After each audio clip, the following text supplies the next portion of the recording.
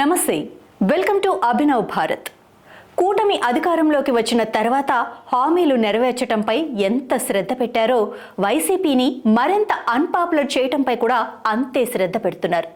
11 సీట్లతో ఇప్పటికే చతికిలపడిన వైసీపీని చంద్రబాబు ఏ మాత్రం ఊపిరి సలపనీయకుండా ఎత్తులు వేస్తున్నారు. తాను తీసుకునే ప్రతి నిర్ణయాన్ని గతంలో వైసీపీ ఎన్ని దుర్మార్గాలు చేసిందో చెప్పటానికి ఒక వేదికగా మార్చుకుంటున్నారు. తాజాగా చంద్రబాబు తీసుకున్న నిర్ణయంతో సొంత పార్టీలోనే కాకుండా ప్రతిపక్ష పార్టీ నాయకుల్లో కూడా మార్కులు కొట్టేశారు. మంగళగిరిలో ఉన్న టీడీపీ కేంద్ర కార్యాలయంలో మంత్రులు, ఎమ్మెల్యేలు అందుబాటులో ఉండాలని చంద్రబాబు ఆదేశించారు. అంతేకాకుండా ఏ రోజు ఎవరు ఉంటారనేది పేర్లతో సహా ఒక షెడ్యూల్ కూడా విడుదల చేసే సాంప్రదాయానికి శ్రీకారం చుట్టారు.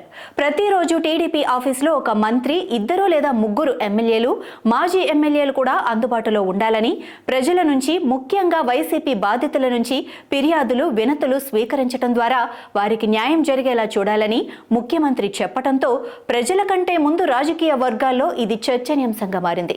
నెలలో 2-3 రోజులు తనకు కూడా డ్యూటీ వేయాలని, తాను ఏ రోజుల్లో అందుబాటులో ఉంటానో షెడ్యూల్లో మెన్షన్ చేయాలని చంద్రబాబు చెప్పడంతో ఈ నిర్ణయం మరింత ప్రాధాన్యతను సంతరించుకుంది.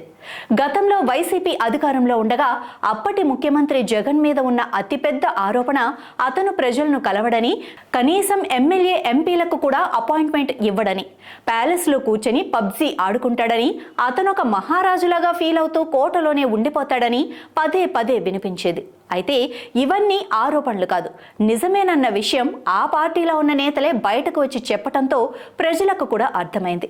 ఈ పద్ధతి వల్ల జగన్ ఎంత నష్టపోయాడో, ఆ పార్టీకి ప్రజలు ఎలా బుద్ధి చెప్పారో కళ్ళారా చూసిన చంద్రబాబు నాయకుల్లోనూ ప్రజల్లోనూ తమ పార్టీకి, ప్రభుత్వానికి అలాంటి వ్యతిరేకత రాకూడదని ప్రత్యేక ప్రణాళికలు రచిస్తున్నారు.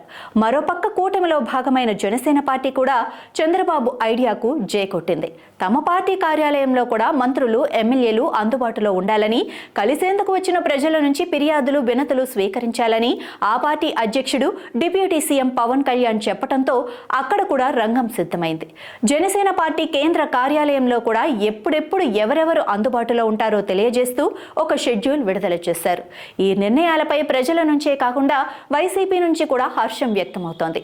చంద్రబాబును చూసి రాజకీయం నేర్చుకోవాలంటూ అదే పార్టీకి చెందిన వాళ్ళు కామెంట్స్ పెడుతున్నారంటే పరిస్థితిని అర్థం చేసుకోవచ్చు.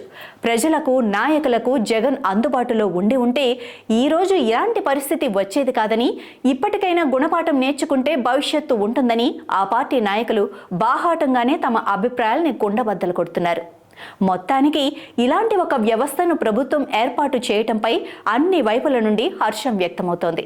అయితే వస్తున్న ఫిర్యాదులపై ప్రభుత్వం ఎలా స్పందిస్తుంది, వాళ్లకు న్యాయం చేయటంలో ఎంతవరకు చిత్తశుద్ధి ప్రదర్శిస్తుంది అనేది ముఖ్యం. దాని మీదే ఈ వ్యవస్థ సక్సెస్ ఆధారపడి ఉంటుంది.